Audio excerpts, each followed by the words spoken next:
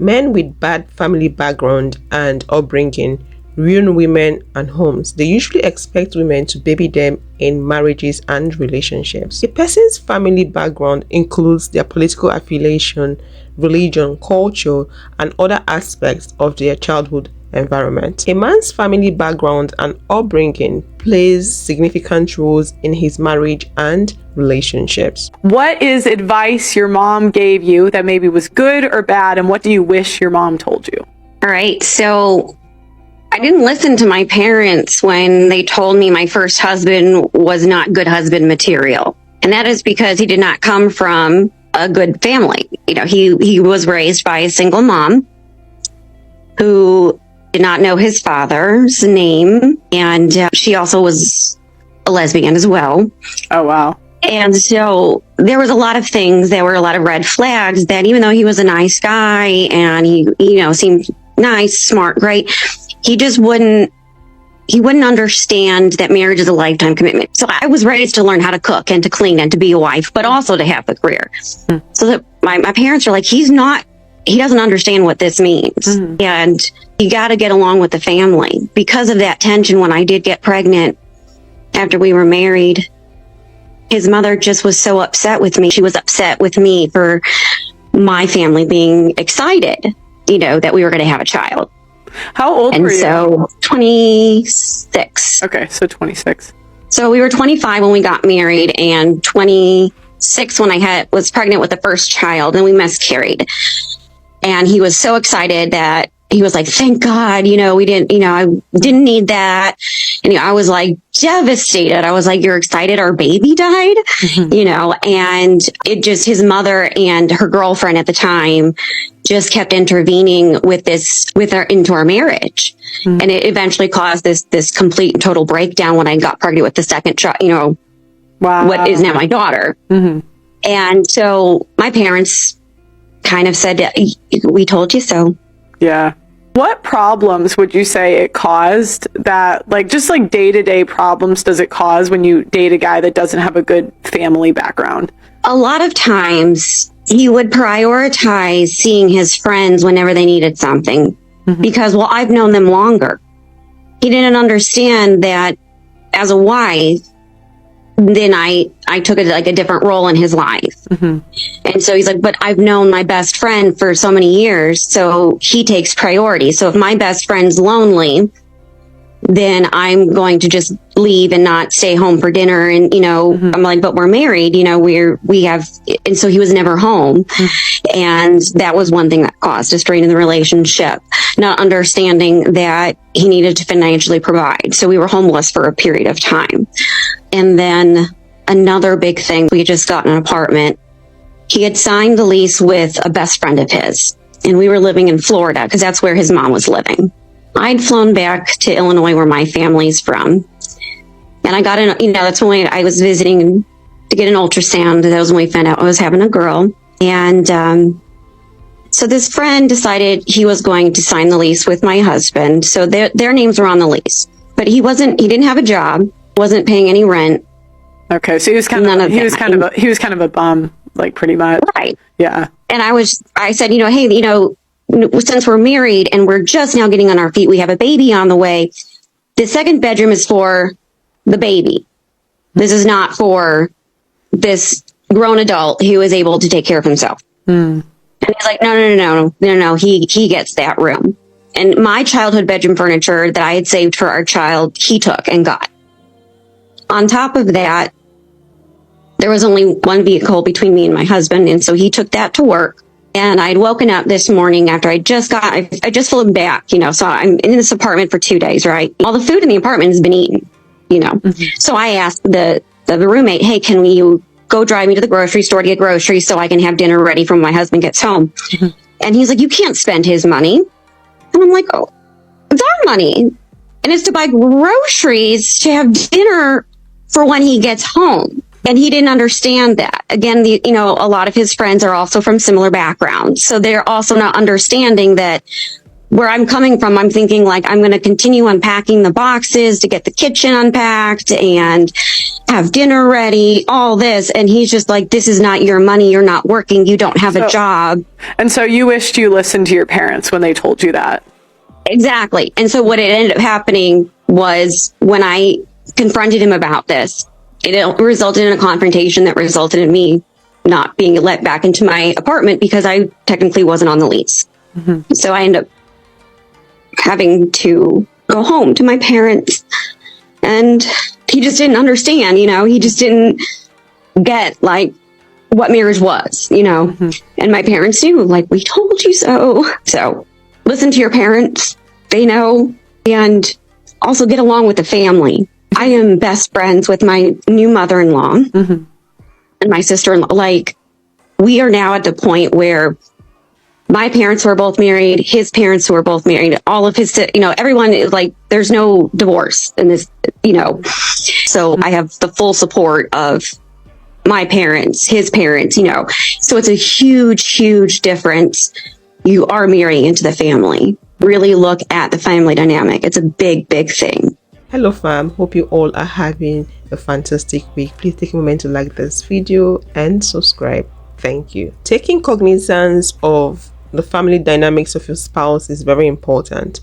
Their family dynamics might have a huge impact on who they have become. Parents are expected to know better than their children, but it's not always the case for all families. And some parents out there don't wish their children the best. A man's family background and upbringing influences various aspects of his life, such as his values, communication style, conflict resolution, and overall relationship dynamics. There are exceptions to this. A man might grow up in a very toxic environment, and if this man makes conscious effort to unlearn the bad behaviors and learn new behaviors, over time this man will eventually drop those bad behaviors and become a better version of himself. If a man grew up in a family where women were seen as the superheroes, women were the ones saving men, women were the ones cuddling men, pampering men, feeding men, women were the ones running the affairs of the home, thinking for the entire family, doing chores, paying bills, chief breadwinner, when such men get into a relationship or marriage, they will take the back bench and expect their women to do same for them. Your husband. Stop trying to save him. Stop trying to fix him. Stop coddling him. Stop. So I made a video a little while back kind of talking about the same thing, kind of holding back and not being the lead mentally, emotionally in my relationship. And what I found that is when I stopped doing that, I don't really have much of a relationship left. And it made me realize about how much mothering and nurturing my husband and taking the lead mentally and emotionally in our relationship was really the glue that's kept us together. It's the foundation of our entire relationship. And when I'm not doing that, there isn't really much else there. I really thought that I was doing what women were supposed to do. Women are better at emotions and feelings, men aren't. And so it just seemed natural and right to me for me to take the lead there.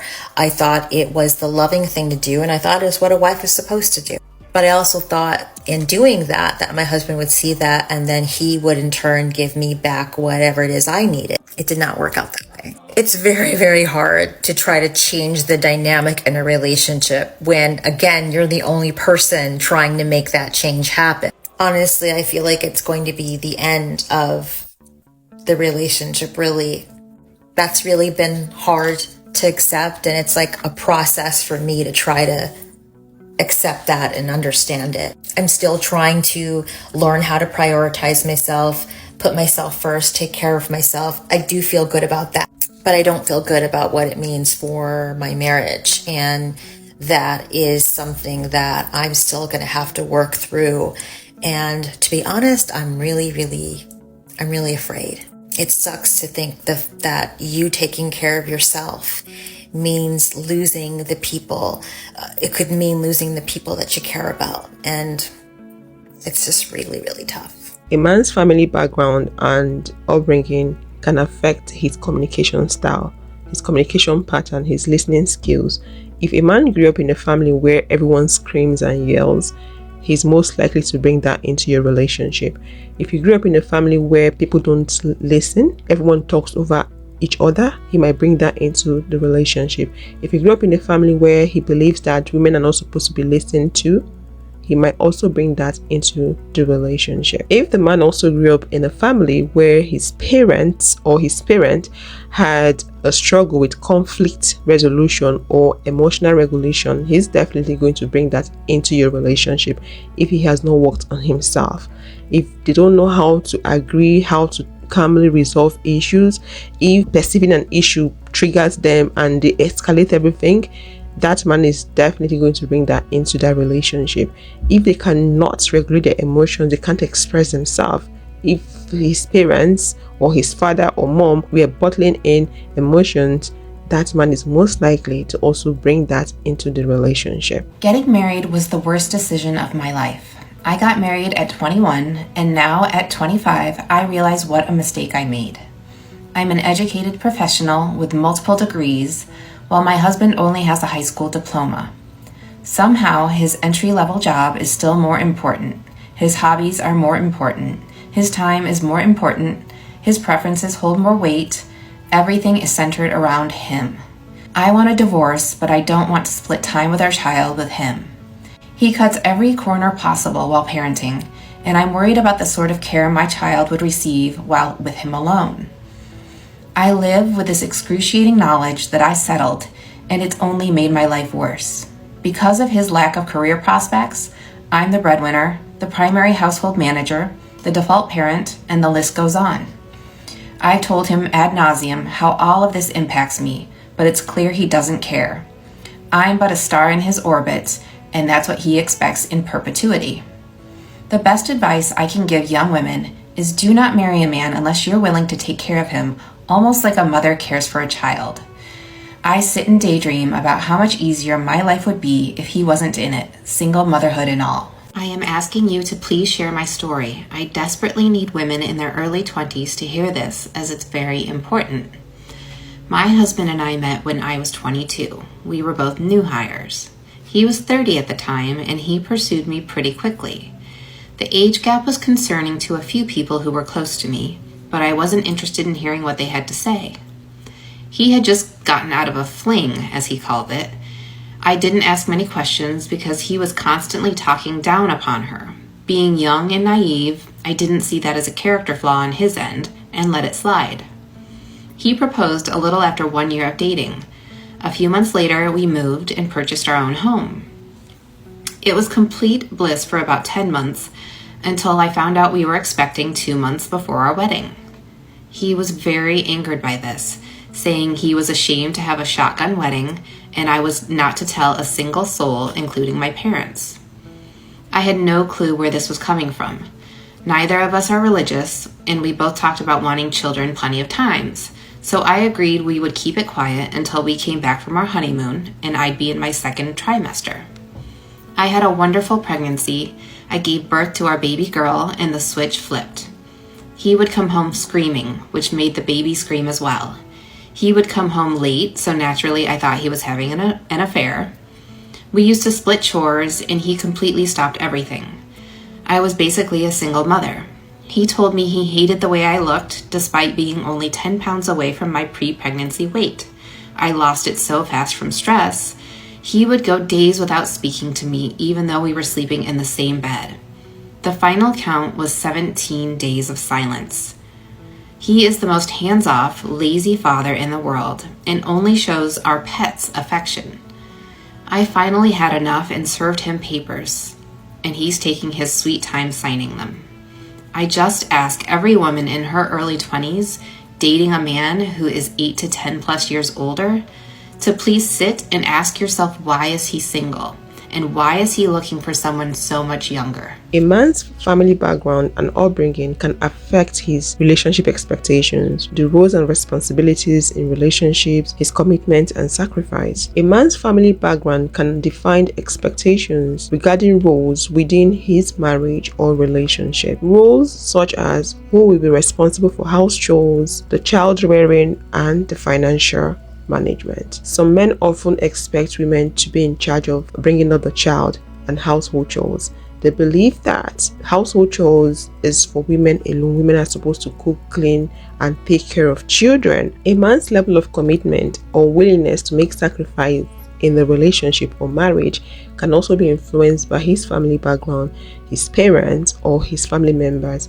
If a man grew up in a setting where women were expected to struggle throughout pregnancy, and men were not coming forth, men were not assisting women when they were pregnant, even when the woman put to bed, men were not assisting, that man is most likely to exhibit such behavior in his relationship and marriage. If a man grew up in a situation or in an environment where the man in his family flips after a woman puts to bed, they become totally different and they detach from the woman because she now has a baby, that man is most likely to also exhibit such behavior. If a man grew up in a family where they crave for attention and they don't value the children in the family, it's all about the man and his wife, and the man wants all the attention from the wife and he sees the child to be a distraction, that man is most likely to exhibit such behavior in his relationship or marriage. Sometimes the marriages become very ugly. Sometimes it's become a place of emotional torture, psychological torture. Things are getting uglier and uglier and uglier, and the daughter says to her own parents, she says, I know that I wanted to marry this person, but he's become someone else. He has this problem and this problem, and I don't know if I can do this anymore. I'd like to leave this marriage. And the father says, or the mother says, no, you stay. You know what she's asking for is actually something halal. If she's in suffering, at least have an intervention, at least figure out what the problem is, at least acknowledge her pain. Instead of them being made feel guilty about them asking for something that Allah Himself made halal. A person has the right to feel respected. A person has the right to feel honored and dignified. A person has a right to feel loved, to feel like they belong. And if they're not feeling that, and they come to their loved ones and say, I'm suffering, they don't have a right to impose on them what Allah did not. And that's something really scary that we do. Making something haram that Allah has made halal. I had to put that clip to explain how some families are when it comes to relationships not working, marriages not working. Some parents would advise the woman to keep staying in the marriage, not because they care about the woman, but because they care about what people would say. Oh, you have a daughter that got married and she left her husband. They don't want such image. Because of their selfish reasons, they would rather you stay in that marriage and suffer than come home and be free. So you have to be careful. Thank you so much for watching and your support. If you would love to watch a video on how men are using weaponized love and incompetence to control women and oppress them, click this video here, and I will see you guys in the next one. Bye bye.